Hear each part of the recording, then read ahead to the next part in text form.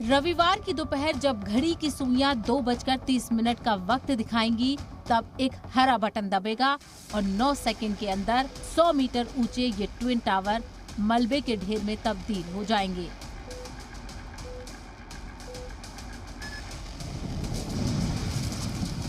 लेकिन 9 सेकंड के बाद क्या होगा? इन धमाकों का आसपास की मौजूद इमारतों पर क्या असर पड़ेगा? क्या इमारतें कमजोर हो जाएंगी? क्या ट्विन टावर गिरने की वजह से दूसरी इमारतों के कांच टूट सकते हैं? 3700 किलो बारूद के धमाके की आवाज कहां तक जाएगी? कितनी धूल उड़ेगी? इमारतें किस तरफ गिरेंगी? ये सारे सवाल इस वक्त सिर्फ नोएडा के सेक्टर 93 में रहने वाले लोगों के दिमाग में ही नहीं, बल्कि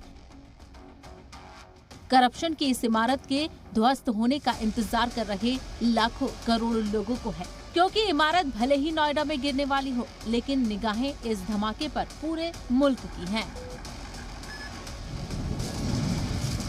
हम आपको इन तमाम सवालों का जवाब देंगे, लेकिन पहले समझिए आखिरकार क्यों विमानों में मौजूद रहने वाला ब्लैक बॉक्स को इस इमारत में रखने की तैयारी की जा रही है। सुपरटेक के एपेक्स और सियान टावर कुछ ही घंटों में मलबे में तब्दील हो जाएंगे और ये घटना वैज्ञानिकों के लिए भी एक अभूतपूर्व घटना है।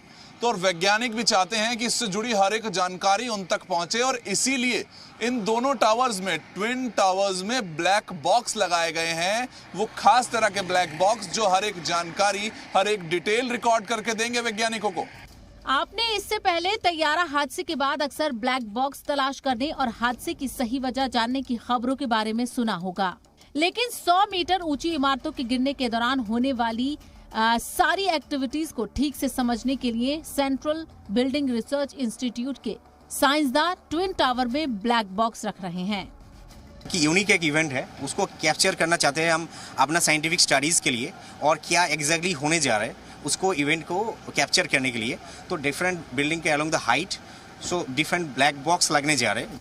ये जो तस्वीर आप इस वक्त टीवी स्क्रीन पर देख रहे हैं, ऐसे ही दिखता है ब्लैक बॉक्स। इस तरह के 1-2 नहीं, पूरे 10 ब्लैक बॉक्स बिल्डिंग्स में लगाए गए हैं। ये ब्लैक बॉक्स कितने मजबूत होते हैं उसे आप इस तरह से समझ सकते हैं कि जब ये पूरी इमारत जमींदोज हो जाएगी, तब भी मलबे में दबे ब्लैक बॉक्स महफूज रहेंगे।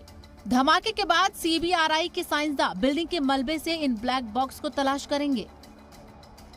बहुत स्ट्रॉन्ग होंगे, ऐसे बिल्डिंग को गिरने से वो टूटेगा नहीं, और वो ब्लैक बॉक्स हम आफ्टर डेमोलिशन रिकवर करेंगे and will see what is exactly happened. So इसमें बेसिकली एक इनर्शियल सेंसर है, एक जायरोस्कोप है, जायरोमीटर है, एक एक्सेलरेशन सेंसर है। सो जो भी मास जैसे भी गिरेंगे तो उसको हम कैप्चर करेंगे।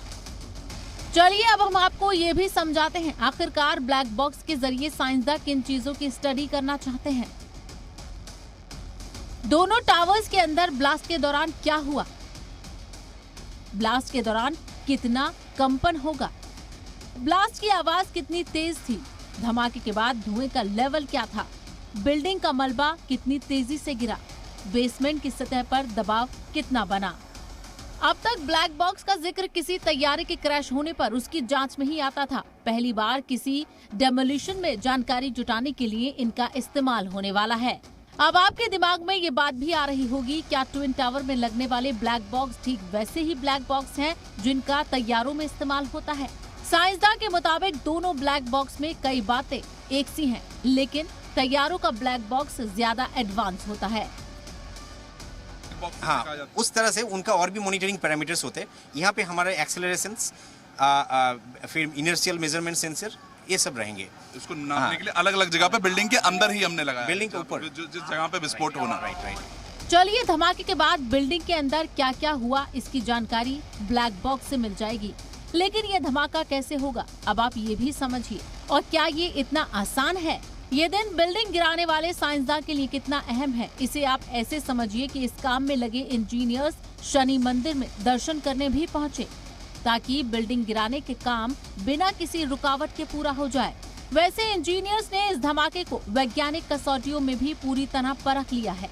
3700 किलोग्राम विस्फोटक का इस्तेमाल है। बिल्डिंग गिराने के हिसाब से विस्फोटक लगाए गए हैं। पहले सियान टावर में धमाके शुरू होंगे। सियान के 60% बारूद फटने के बाद एपेक्स में धमाका होगा। वाइब्रेशन को कम करने के लिए धमाकों में डिफरेंस रखा गया है। 17 मिलीसेकंड से लेकर 200 मिलीसेकंड के अंदर पर ब्लास्ट होंगे।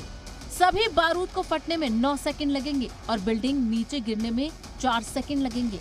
कुल मिलाकर 12 से 13 सेकंड में ये बिल्डिंग पूरी तरह से नीचे गिर जाएगी। इस काम में लगे इंजीनियर्स के मुताबिक सब कुछ प्लान वे में होगा और इमारत ताश के पत्तों की तरह ढह जाएगी, जिससे 4 मंजिला मलबा तैयार हो सकता है। कि जो इम्प्लोजन का टेक्निक है, इसमें हम लोग इंटेंशनली इसको पुल और फॉल का ये दिए हैं। पुल मतलब ये जो दोनों सोसाइटीज़ हैं, टावर्स हैं, 7 टावर 50 मीटर क्रिटिकल जोन के अंदर, उस टावर से दूर के दूसरे डायरेक्शन में पुल करके फिर फॉल करना है।